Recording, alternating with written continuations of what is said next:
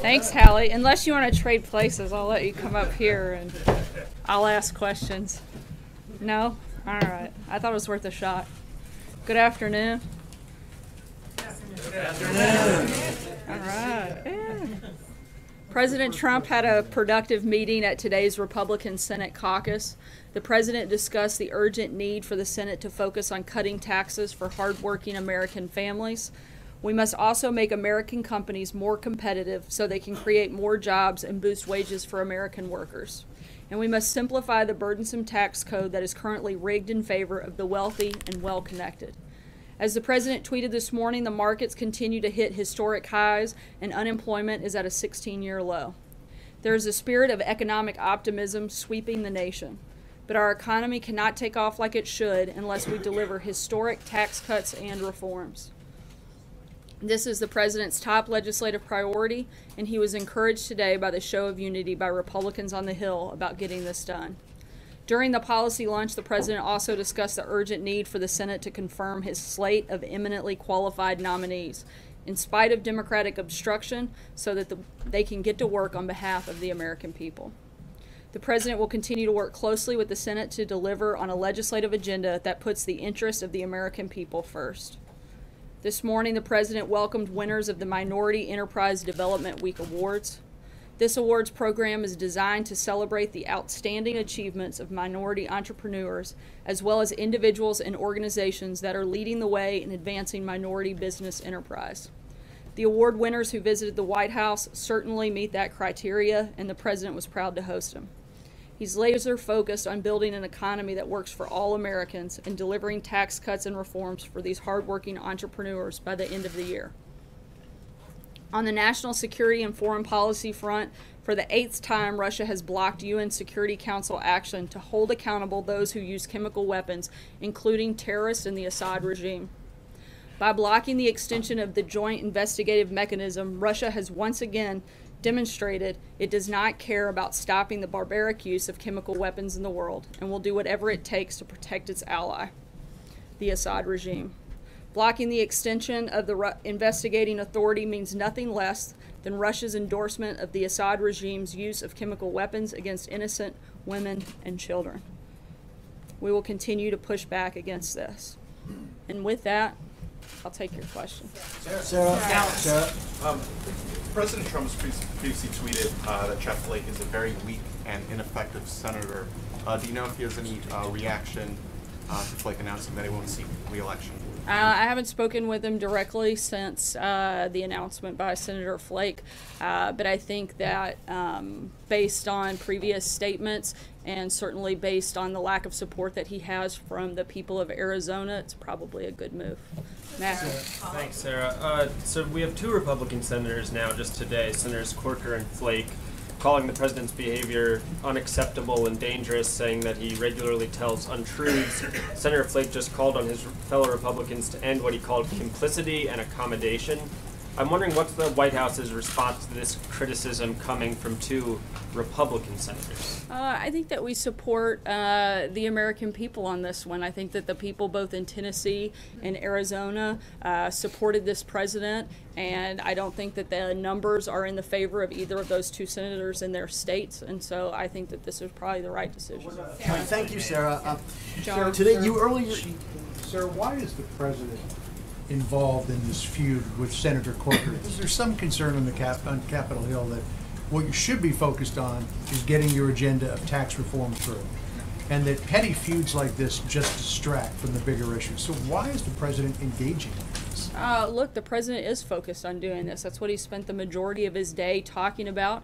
He went to the Hill and met with Republican senators to talk about tax reform, to push his legislative agenda. That's what he's spending a good bit of this week doing, and will continue doing next week until we get the job done. But why does he engage like this? Look, you've got an individual in the president. He's a fighter. We've said it many times before. The people of this country didn't elect somebody to be weak. They elected somebody to be strong. And when he gets hit, he's going to hit back. And I think Senator Corker knows that. And he's, maybe trying to get a headline or 2 on his way out the door. Sarah, thanks a lot, Sarah. Well, since the president's taken off in office, as you know, 2 Republican senators, Senator Corker of Tennessee and Senator Flake of Arizona, have both announced they're not running for re-election.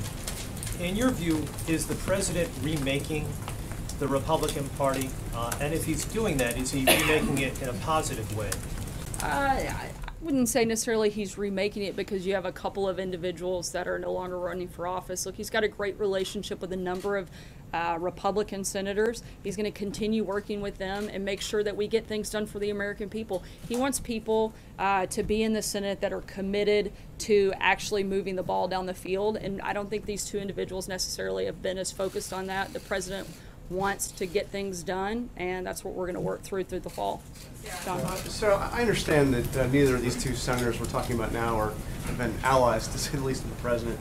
But this has been an extraordinary series of attacks on the president from major figures in the Republican Party, and not typical political attacks. I mean, saying that the president is responsible for the debasement of the nation, that a breakdown of civility is the fault of the president, and that enough is enough. We've seen similar remarks from John McCain, the party's former nominee. In any of this, does any of this make the president pause and wonder if he is doing anything wrong, that he bears any responsibility for what these senators are saying is a breakdown of civility in our country? Look, I think the voters of these individual senator states are speaking in pretty loud volumes. I think that they were not likely to be reelected, and I think that shows that the support is more behind this president than it is those two individuals. Why is there so little? Why is there so little pushback from other Republican senators on this? I mean, Mitch McConnell is the Republican leader. Bob Corker is still a committee chairman. Should there be? Leader McConnell stood with the president just last week here at the White House and talked about how they were working together, how they were getting things done, how they were focused on actually moving the agenda forward. And so I think that's a pretty clear indication of where his support lies and what we're working to do. If I could just pick up on what John was talking about. One of the criticisms from Senator Corker today was the idea that history will most remember President Trump for debasing the country. And you could hear in Senator Flake's remarks the idea that he seemed to be writing it for history. How do you think history will view not only the remarks of the two senators today, but also former President Bush last week? I certainly think history is going to look at this president as somebody who helped defeat ISIS, who built an economy that was stronger than it's been in several decades, who brought unemployment to a 16-year low, who's created over 1.7 million jobs since being elected. I think those are the things that people actually care about, not some petty comments from Senator Corker and Senator Flake. And I think they're a lot more concerned about the big policy initiatives that this president is driving, including historic tax cuts, which we're going to get done by the end of this year, and then start focusing on some other things. Those are the things this president will be remembered by, and I think those are pretty good, certainly good facts, and ones that we're happy to stand on. Peter? Thank you, Sarah. The president at lunch today asked the senators for their a show of hands on two candidates for Fed chair, Jerome Powell and John Taylor. Does this mean that Powell and Taylor are the president's favorites for the Fed chairmanship, and what would he ask input from the Senate on this? Those are certainly individuals that he's looking at, and as we've said, we don't have any announcements on that at this time, but the president is taking that decision extremely seriously, and he's being very thorough in the process, and he'll have an announcement on it soon. Sarah. Sarah, are you concerned, is the White House concerned at all that these conflicts, which keep escalating, could impact the president's agenda? I mean, specifically, could, for example, Senator Corker, if the president continues to, lash out at him like this, could that prompt him to, do things that could be detrimental to the tax cut? I would hope that Senator Corker is more focused on getting things done in his final months. And so we hope that he'll be very supportive of the tax cuts and tax reforms that the people in his state have demanded and, frankly, elected him to go to Congress and help do. So I'm going to pick up on that because the president in two different tweets today had said that Senator Corker was fighting tax cuts. Those were his words. Will now fight tax cuts and is now fighting tax cuts.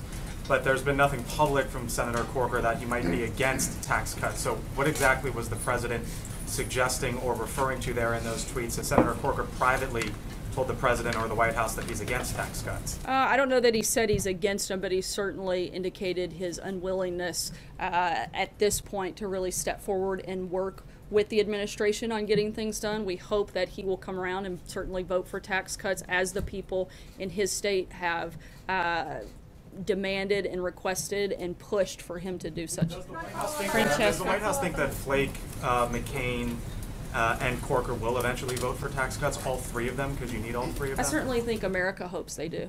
Sarah, last week I asked you if the president wanted Senator Corker to resign, and you didn't want to go there. In light of everything that has happened since, has the White House changed its position on that? And at the very least, does the president think that Senator Corker should step down as head of the Foreign Relations Committee, especially since Senator Corker told CNN today, and I quote, that he wants to investigate some of the things that he is purposely breaking down, he being President Trump? Look, I think that's a decision for Leader McConnell in terms of who has those chairmanships. That's not something for the president to determine. The president doesn't think that he should step down or that he should resign? I haven't spoken to him specifically about that, but in terms of how the chairmanships are decided, that would be up to Leader McConnell. John? Okay. Thank you, Sarah. Two questions. There is currently a contested primary for Senator Corker's seat. Congresswoman Blackburn facing former Congressman Fincher, and it's almost inevitable there will be a contested primary in Arizona. Dr. Ward not going to be left to get the nomination. Will the president take any role in the nomination process there? As I've said many times before from the podium, I'm not going to weigh into any political races and whether or not the president will engage. It's not appropriate for me to do from here. Charlie? The other thing, Sarah, is that in his penultimate salvo on Twitter, the president said that Senator Corker asked him to be Secretary of State and he refused the request. That's a pretty serious claim, because no one really has been proven to have asked for a job in modern times like that. Did Senator Corker actually ask the president to be his Secretary of State? That's my understanding, but I don't know much beyond those initial comments. Charlie? Is the president confident that Majority Leader Mitch McConnell can hold the Senate caucus together? Yes, he is, and he thinks that we're going to work together with Republican senators, particularly Leader McConnell, to get tax cuts and tax reform done this year. And is he upset by senators? Why does the White House and the president specifically continue to say that Senator Bob Corker helped President Obama on the Iran deal when the facts clearly say that's not true? Actually, the facts do say that it's true. It was Senator Corker who wrote the INARA legislation that legitimized the Iran nuclear deal. Despite lacking the votes to ratify the flawed Iran deal as a treaty in the Senate, Corker's bill rolled out the red carpet for the Obama administration, gaining congressional approval without the necessary votes. He may not have voted for it, but he certainly helped make it happen. But he didn't vote for it. But I mean, he the Washington helped allow Post has it to given take 4 place. Pinocchios on this. If you look through And it, as I've Senator said many Corker times says it's a before, I lie. would Why use does- the Washington Post as my source, Jeff. You Exactly, should know but better this than is that. true. When you go back and look through Jeff this, the Mason. White House clearly is not telling the truth on this. Why does the Actually- president continue to say that he helped President Obama with it? It's Because just not he true. did. He voted against it, though, Sarah. He voted against it, but he allowed it to happen. He put it in motion. He rolled out the red carpet, and he made it possible for it to move forward. That is a fact, and that is true. Jeff? Sarah, what do President Trump's advisors advise him about his use of Twitter? And on a separate, unrelated issue, is the president seeking to kill a deal between Boeing, or Boeing's a deal to sell planes to Iran Air? On the first one, I would say in regards to Twitter, as I've stated several times before from here, it's always a benefit for the president to be able to speak directly to the American people without any filter, without any bias. I think that's a positive thing. I think it's one of the reasons that the president is because he often goes directly to the American people, speaks directly to them, and I think that's a plus. And the second question, I'm not aware of that, any detailed conversations. I couldn't weigh into that right now. Sarah, on Nishera, and I'm not going to ask you to talk about the ongoing investigation, but I do want to say the commander of U.S. forces in Africa told Congress last March that he had only a quarter of the reconnaissance flights needed to do his job, and in fact, that did impact search and rescue missions. Is the White House concerned that U.S. forces in Africa do not have adequate resources and that could have contributed to what happened in Niger? And has there been any outreach by the White House to Nigerian officials? As always, the safety and security of our military is a top priority. In terms of specifics, we're going to wait until that investigation is completed. As General Dunford said yesterday, we're going to make sure that we get full and adequate answers for not just the American people, but for the families of those that were lost. And we're going to continue to do that. The administration fully supports the Department of Defense in that process. Has there been outreach from the White House to Niger? I'm not sure. I'd have to check and circle back. April. Sarah, back on Niger, an offshoot. The widow of Sergeant LaDavid Johnson is concerned that there may not be remains in his coffin. What does this White House say as she is not able to get anything more than dog tags as it relates to trying to put to rest all of this? My understanding is that the family can request to see those remains, and that would be a process handled through the Department of Defense and the casualty officer, and I would refer you to the Department of Defense for specifics on that. And one last piece on another subject really fast. Beyond personality, beyond the president's personality, beyond Flake, beyond Cocker, beyond McCain, at issue there's a divide, be it in the nation, be it in your own party. When is there an effort to unify? Because you have people saying in their own party, in the president's party, that the president is not helping to pave the way, and the path that the president's taken is wrong. When is there an effort for this president to start unifying, not just within the party, but with the country, because there's so many divides? Yeah, every day there is an effort to unify. I think you see that in the policy initiatives that this president is pushing, tax cuts that affect everyone, particularly the middle class. I think that's something everyone should be able to rally around, whether you're Democrat or Republican. That should be something that brings everybody together. You look at the defeat of ISIS, you look at the growth of the economy, you look at unemployment. These are all things that should bring our country together, and certainly things that this president has been focused on and will continue to be focused on moving forward. Sarah, the president is likening his tax cuts to what Reagan did, but as we all know, after those 1981 cuts, there were a series of tax increases, including the Social Security payroll tax increase, which affected middle-class Americans. Today, Social Security's fiscal situation is far more dire. What does the president have to say about his intentions when it comes to these entitlements once these tax cuts go through? Look, the president said that he did not want to impact Social Security and wanted to make sure that we protected that. The biggest thing he's focused on right now, though, are those tax cuts and making sure that they're permanent tax cuts that really impact and help the middle class, and that's his biggest priority. Cecilia? No changes? Thanks, Sarah. No changes? Not at this time, no. The three Republican senators have hit at the same theme, that there is this degradation of civility in American politics, and we also heard that from three past presidents in recent days. So does this White House agree with that sentiment, that there is a lack of civility in the conversation happening in this country right now from American politicians? And does this president bear any responsibility for that? Look, I think we, as I've said before, we can always do better. And we're looking at ways every single day, as I just told April, to bring the country together, to focus on policies that really help people, really empower people, and do that for all Americans. That's this president's, what he laid out on the campaign, and that's what he's been focused on since he became president. Thank you, Sarah. I wanted to ask you about the president's tweet in which he called Pastor Robert Jeffress a wonderful man. Given that there are 70 million American Catholics, why would he say that about somebody who's so viciously anti-Catholic? I'm not aware of Robert Jeffress being anti-Catholic. I know that he engages with the Catholics in his home state on the regular basis to participate in events like the March for Life. Those are the only actions I've seen him participate in, so I couldn't comment any further on that. Brian? Sarah, thank you.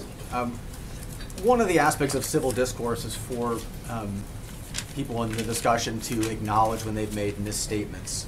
And there's a pattern in this White House and with the president that when they make misstatements, those are not corrected. For example, the chief of staff came out here at this podium and mischaracterized a speech by a congresswoman given at an FBI building dedication. Why won't the chief of staff or you right now acknowledge that that was a mischaracterization and correct the record? I don't believe that General Kelly mischaracterized. He gave his account of what took place. General Kelly and his family have made the ultimate sacrifice for our country. I think he's led with honor and integrity. I think he's doing a great job of Chief of Staff, and I don't think he has anything to correct or apologize for. Just to follow up, Hallie? Why wouldn't, even if President Trump meant to console the widow of Sergeant Johnson, why hasn't he or anyone from the White House apologized for how she took his call? She took his call as insensitive. Look, the president was making the point that his call was meant to be respectful, sympathetic, and the purpose was to offer condolences on behalf of the nation. Sarah, two quick questions for you. You talked about the president's big policy initiatives, that'll be how history judges him. Obviously, so far right now, he has none that have made it through the legislative process on Capitol Hill. He wants to get taxes done. Bob Corker's... It's not true. No Gorsuch went through legislative process. I would say that's a pretty big historical moment. I don't know if that's a policy initiative. Something that has a lasting legacy, probably far beyond most any other individual piece of legislation, is how the courts can shape and determine a lot of different things. And I think you'll see that in Justice Gorsuch. So to finish that first question then, you talk about, when we talk about policy initiatives, like I'm thinking of healthcare or, for example, tax reform that have not been completed, at least not yet on Capitol Hill. The lack of support from somebody like Bob Corker might make that a lot more difficult. Given that, does the president feel like he's winning? I think he feels like America's winning. I think if you look at some of the progress that's taken place in the first 9 months, despite the fact that the Congress has done very little up until this point, the president has gotten rid of nearly 1,000 regulations that have paved the way for massive job creation and job growth in this country. We're looking at a booming economy. I think those are things that people actually care about. We're looking at the defeat of ISIS, something that this president has led on and worked with our coalition forces to help do. He's created better relationships with countries around the globe. He's bolstered the relationship with NATO and had other countries encouraged in the growth of the amount of money that other countries are participating in that.